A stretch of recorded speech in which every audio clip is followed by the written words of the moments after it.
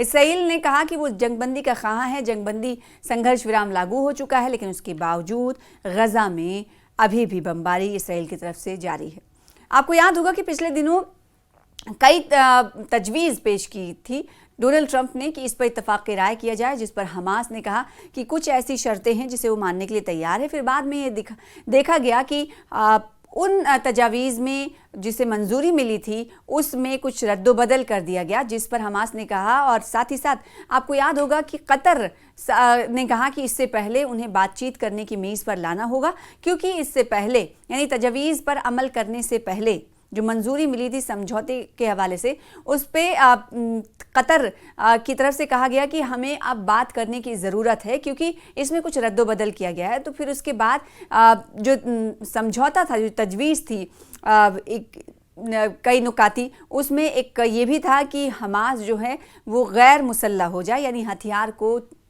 چھوڑ دے، ہتھیار ڈال دے۔ اس پر حماس کے حوالے سے کہا گیا کہ وہ اس سمجھوتے پر عمل نہیں کر سکتے، کیونکہ اور پھر اس کے بعد دیکھا گیا کہ اس میں رد و بدل بھی ہوا اور حماس نے حامی بھر لی، لیکن اس کے باوجود غزہ پر اسرائیل کی بمباری جاری ہے۔ ادھر دوسری جانب ہم دیکھ رہے ہیں کہ اسرائیل کے کئی عوام، زیادہ تر لوگ اسرائیل کی مخالفت کرتے ہوئے دکھائی دیے، کیونکہ اسرائیل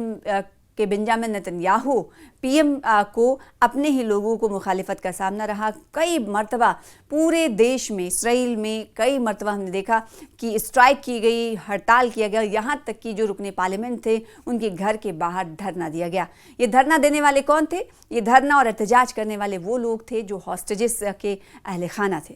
جی ہاں، حماس کے قبضے میں جو لوگ یرغمال بنائے گئے، ہاسٹیج کیے گئے، ان کے اہل خانہ کا یہ کہنا تھا کہ لگاتار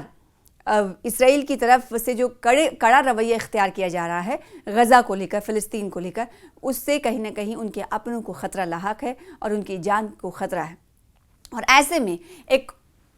زیادہ تر انہوں نے کہا کہ ہم یہ چاہتے ہیں کہ جو منظوری کیبنٹ کی طرف سے دی گئی تھی حماس کے حوالے سے، گریٹر اسرائیل کے حوالے سے،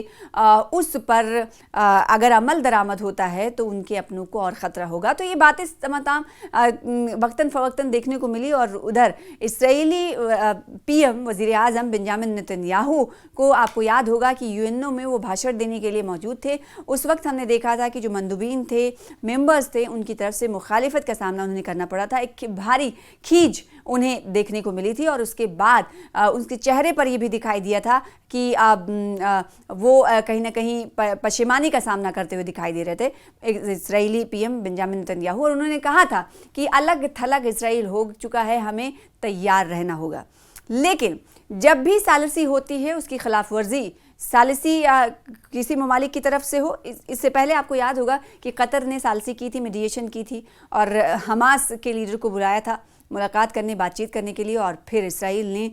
پیٹھ پر چھرا بھونکا تھا۔ حماس کے لیڈروں کی موجودگی جس بلڈنگ میں تھی وہاں پر بمباری کر دی تھی، حالانکہ وہ بچ نکلے تھے کیونکہ وہ نماز کا وقت تھا، وہ نماز پڑھنے کے لیے گئے تھے۔ ایسے میں مشرق وسطیٰ کی طرف سے کہا جا رہا، اور اس بیچ کئی دیشوں کے بیچ سمجھوتا بھی ہوا۔ کئی ممالک نے آنن فانن میں میٹنگ کی تھی جب قطر پر حملہ ہوا تھا، اور پھر ہم نے دیکھا تھا کہ کئی طرح کے سمجھوتے بھی ہوئے تھے۔ پاکستان نے یہ کہا تھا قطر پر حملہ ہوگا تو وہ اس پر حملہ مانے گا، اس طرح کے سمجھوتے بھی کئی طرح کے دیکھنے کو ملے تھے۔ لیکن سوال یہ اٹھتا ہے کہ جب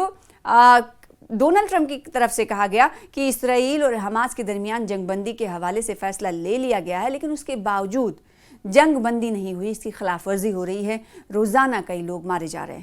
اب سوال اٹھتا ہے کہ جو 8 وزرائے خارجہ مل کر ترکی میں میٹنگ کرنے کے لیے بیٹھے، استنبول میں میٹنگ کرنے کے لیے بیٹھے، کیا اس کا حاصل ہوگا؟ کیا اس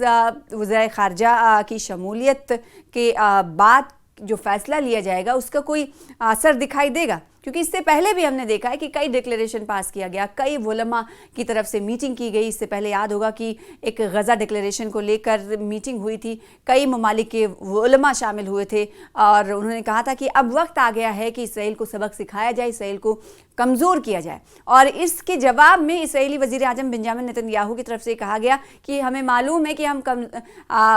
ہمیں اس بات کا علم ہے کہ ہم الگ تلگ ہو جائیں گے، اس کے لیے ہمیں تیار رہنا ہوگا۔ تو چاروں طرف سے اسرائیلی وزیر اعظم بنجامن نتنیاہو گھرے نظر آ رہے ہیں، لیکن اپنی عادت میں کوئی تبدیلی نہیں لا رہے ہیں، لیکن اس کے باوجود جو ہاسٹیجز کے اہل خانہ ہیں ان کی طرف سے لگاتار شدید تنقید کا نشانہ بنیامن نیتنیاہو کو بنایا جا رہا ہے۔ لیکن جو سمجھوتے کو منظوری ملی ہے، کئی نکاتی جس میں میڈیشن ثالثی کا کردار ڈونلڈ ٹرمپ نے ادا کیا ہے، اس سمجھوتے پر عمل درآمد تو ہو رہا ہے، کیونکہ حماس کی طرف سے کئی لوگوں کو آپ کو بتائیں کہ ہاسٹیجز کو جو رہائی دے رہے ہیں، رہائی کا سلسلہ بھی جاری ہے اور کچھ پر عمل درآمد کیا جا رہا ہے، لیکن خلاف ورزی لگاتار جاری ہے۔ غزہ میں کئی حصوں پر بمباری اسرائیل کی ہو رہی ہے اور اس بیچ کئی نکات پر عمل بھی کیا جا رہا ہے، جیسے کہ ہم نے آپ کو کہا کہ رہائی مل رہی ہے اور جنہیں رہائی نہیں مل رہی ان کے اہل خانہ میں مایوسی دیکھی جا رہی ہے اور مایوسی کا اظہار ان کی طرف سے کیا جا رہا ہے۔